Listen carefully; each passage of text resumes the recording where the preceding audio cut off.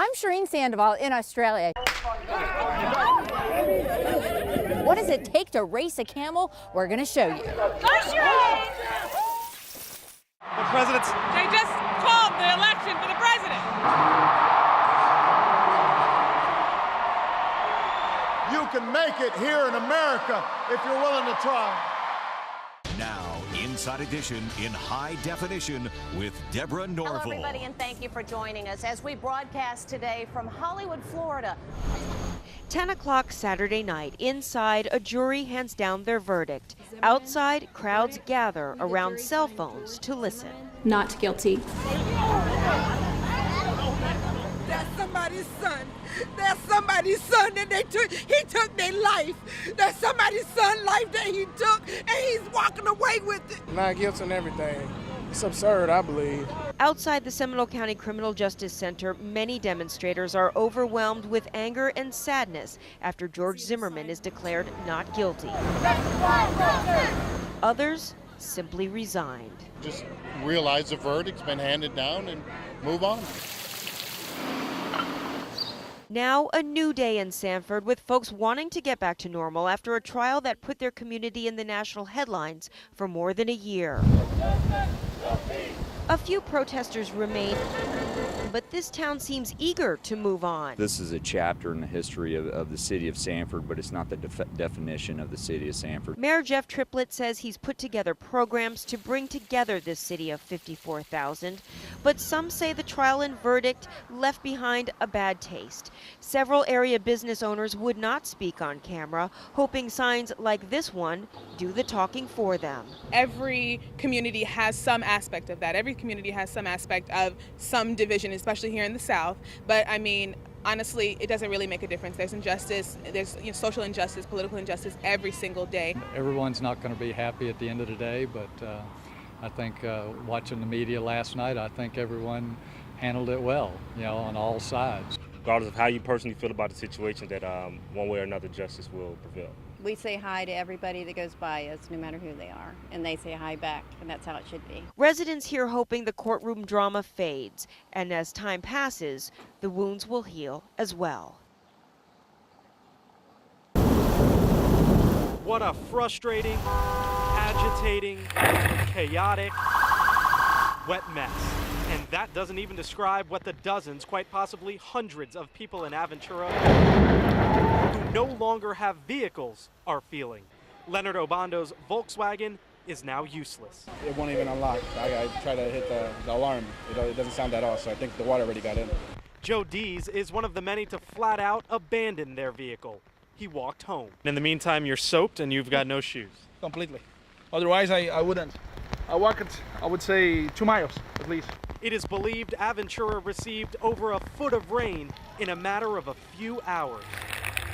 Streets flooded in every direction. Biscayne Boulevard came to a standstill. Even the Aventura Mall taking in water. The garages there provided temporary relief, but also a warning. These mall employees decided the risk wasn't worth it. They waited hours. 4 hours, yes. 4 hours. It's gotten worse? Oh, yes.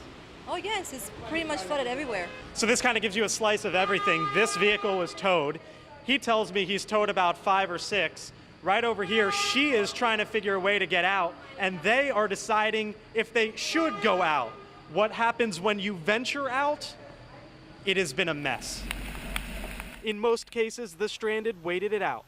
It was more than just protecting the groceries for these public shoppers. I'm waiting for my husband here, and I don't see him anywhere. In other instances, some had to call police.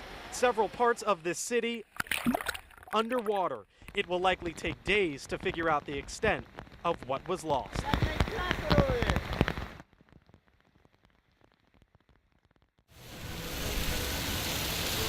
A little bit of rain and at times some good gusts of wind, but this doesn't stop people from a night out on Ocean Drive. They just dress for the weather.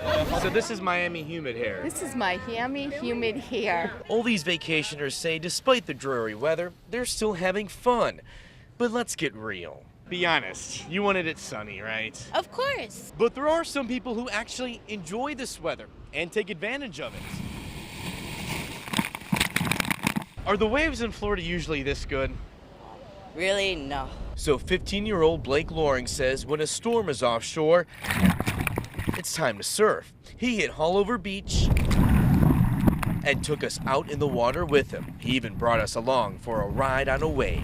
I love it. Are you an adrenaline junkie? Yes. Big time, right? Yeah, I love big waves too. A great ride for some, a soaker of a night for others. But everyone in South Florida, consider yourself lucky.